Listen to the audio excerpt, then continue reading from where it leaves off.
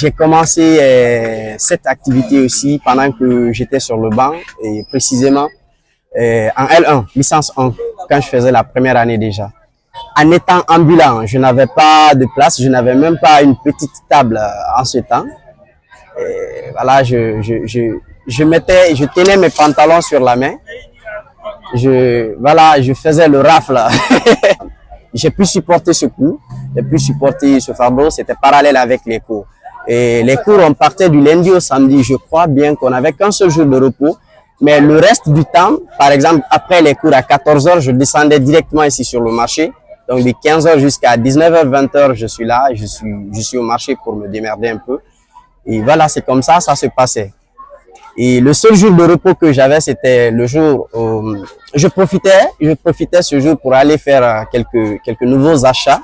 Voilà, les colis que je pouvais écouler pendant une semaine, voilà, et pour redescendre. Bon, je n'étais pas le meilleur de la promotion, mais parlant quand même d'une équipe ou d'un groupe, j'étais parmi les majors de la promotion parce que j'ai obtenu mon mémoire, j'ai défendu mon thème assorti avec une mention remarquable. Donc, en obtenant cette mention, je ne dirais pas que j'étais à la queue de la promotion. Je faisais partie des meilleurs de la promotion.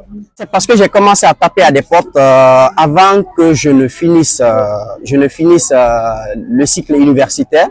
En troisième année et quatrième année, en cherchant des petits stages. Mais bon, comme on peut le constater, c'est pas du tout facile de décrocher l'emploi dans ce pays. C'est pas du tout aisé. Et en n'ayant pas un emploi adéquat à ma profession, adéquat à mon programme d'études, ou peu importe l'emploi,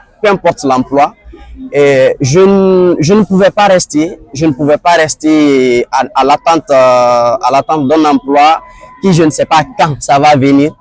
Non plus, je ne pouvais pas rester à la merci des parents ou des autres. C'est pourquoi je me suis dit, mais pourquoi ne pas continuer directement dans ce métier, voilà, jusqu'au jour où le déclic va changer.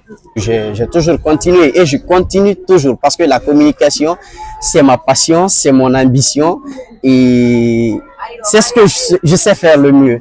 Malgré que, même si plutôt, je veux dire, par endroit, ce métier aussi voilà, je vais dire que c'est une partie de la communication parce que on va retrouver un peu plus loin le marketing associé à la communication. Mais la communication en tant que telle, professionnellement parlant, je continue toujours à chercher de l'emploi. Je ne vais pas abandonner, je ne vais pas laisser comme ça. Tant bien que mal, on parvient quand même à gérer. Vous savez, c'est pas du tout facile. L'exercice d'un métier, que ce soit la vente ou bien vous-même qui êtes journaliste, je pense que quand vous descendez sur certains terrains, vous-même vous serez déçu parfois, mais pourquoi je suis venu ici?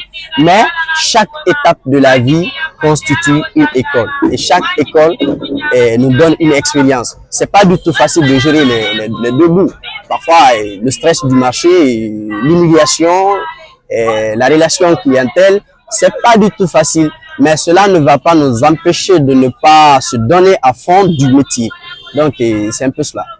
Pas totalement. Bon, certes, tout le monde n'a pas accès à l'emploi direct après juste la fin du cycle.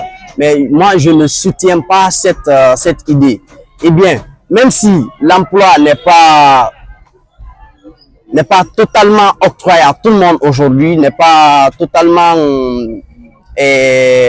même si la chance ne sourit pas à tout le monde aujourd'hui, moi je n'encourage pas les jeunes quand même à ne pas aller à l'école, à ne pas accepter de se former, surtout à poursuivre ses études jusqu'à aller au niveau supérieur. Moi j'encourage toujours les jeunes, acceptant de se former. C'est pas parce que moi je suis là aujourd'hui que voilà, je vais mettre en tête que c'est la fin de ma vie. Ah non, ce Dieu sait. Déjà je suis là voilà, c'était pas la vocation, mais c'est juste un passe-temps. Donc moi, j'invite les jeunes à prendre les études au sérieux.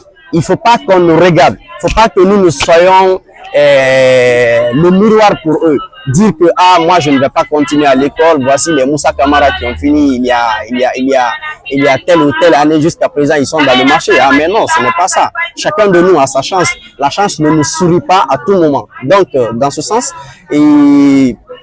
Moi, j'invite les jeunes à prendre les études au sérieux, de doubler, multiplier les efforts, de serrer leur ceinture, accepter d'apprendre et toujours d'apprendre.